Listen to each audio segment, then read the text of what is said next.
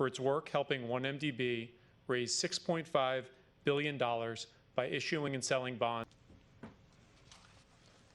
Thanks, Brian. Good afternoon, and thank you. I'm Stephanie Avakian, Director of the SEC's Division of Enforcement. Today, the SEC announced charges against Goldman Sachs for violating the anti-bribery, books and records, and internal control provisions of the Foreign Corrupt Practices Act. Goldman Sachs agreed to settle the charges and was ordered to pay a civil penalty of $400 million. The company was also ordered to pay disgorgement of more than $600 million, which has been satisfied by the payments the company made to the government of Malaysia and 1MDB in a related settlement. My law enforcement colleagues here have already described the facts of this case, so I'm not going to do it again. I will, however, note that from our perspective, this case highlights the continuing need for public companies to understand who they are doing business with, as well as to have controls that are tailored to the risks presented by employees at all levels, including senior employees. This is particularly important where, as here, the transactions at issue involve billions of dollars of corporate assets. This case also demonstrates our longstanding and productive working relationships with the Department of Justice and other domestic and international regulatory and criminal authorities. Here, the SEC staff brought to bear all of our investigative skills. Among them, our skills in asset tracing and analyzing bank records. And this resolution reflects on our ability to successfully deploy our respective experience and expertise while also sharing information as appropriate across our parallel investigations. Vigorous enforcement of the FCPA is a high priority for the SEC. These cross-border investigations are complex and they typically take a long time to complete, in most cases, many years. But combating the destructive and anti-competitive effects of bribery and corruption is critical to furthering the SEC's mission of protecting investors, maintaining fair, orderly, and efficient markets, and facilitating capital formation.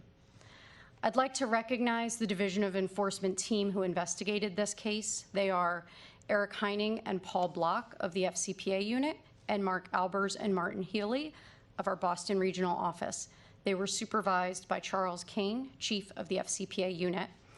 I'd also like to thank the many law enforcement colleagues in this matter, in particular, thanks to Brian Rabbitt and his colleagues here in the Criminal Division of the Department of Justice, Seth Ducharme and his colleagues in the United States Attorney's Office for the Eastern District of New York, Bill Sweeney and his colleagues from the FBI, and Jason Gonzalez and his colleagues from the Board of Governors of the Federal Reserve System. And with that, let me turn it over to Jason Gonzalez. Thank you.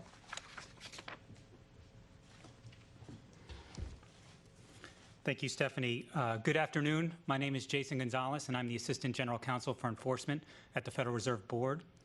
Today, the Federal Reserve Board is assessing a $154 million civil money penalty against the Goldman Sachs Group for the firm's failure to maintain appropriate oversight, internal controls, and risk management with respect to Goldman's involvement in a far-reaching scheme to defraud a Malaysian state-owned investment and development company known as 1MDB.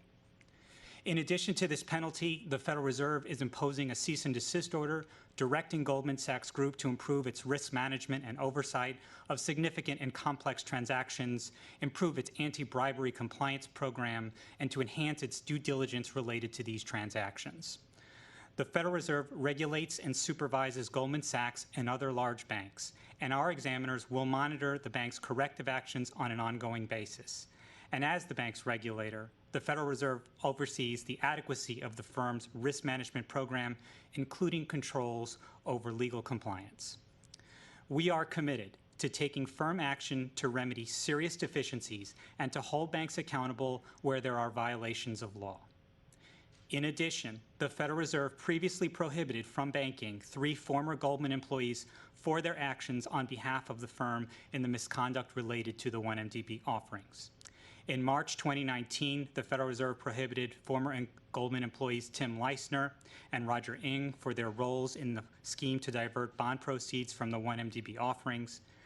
Leissner was also fined $1.4 million. In January 2020, the Federal Reserve also prohibited a former Goldman employee, Andrea Vella, for unsafe and unsound practices in connection with the bond offerings.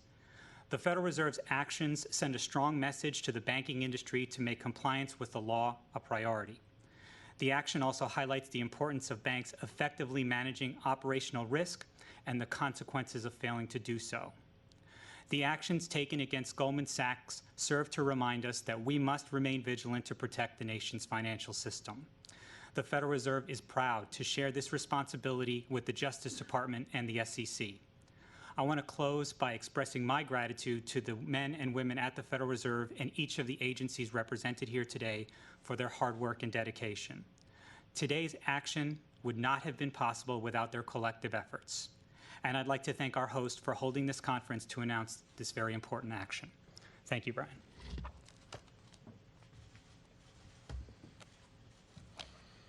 Thank you to both Jason and Stephanie for joining me here today and for their remarks. With that, I believe we have time for a few questions from folks on the line, so I will turn it over to Matt Lloyd.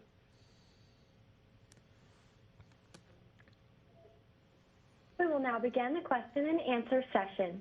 To ask a question, you may press star, then 1 on your touchtone phone. If you are using a speakerphone, please pick up your handset before pressing the keys. To withdraw your question, please press star, then 2. Please note that you will be limited to 1 question today, and we do ask that when you pose your question, you specify who it is for. Now we will pause momentarily to assemble our roster.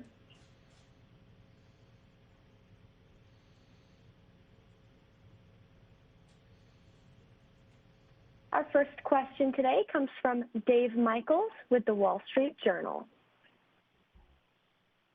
Oh, hi. Thanks for taking the question. Question is for the Assistant Attorney General.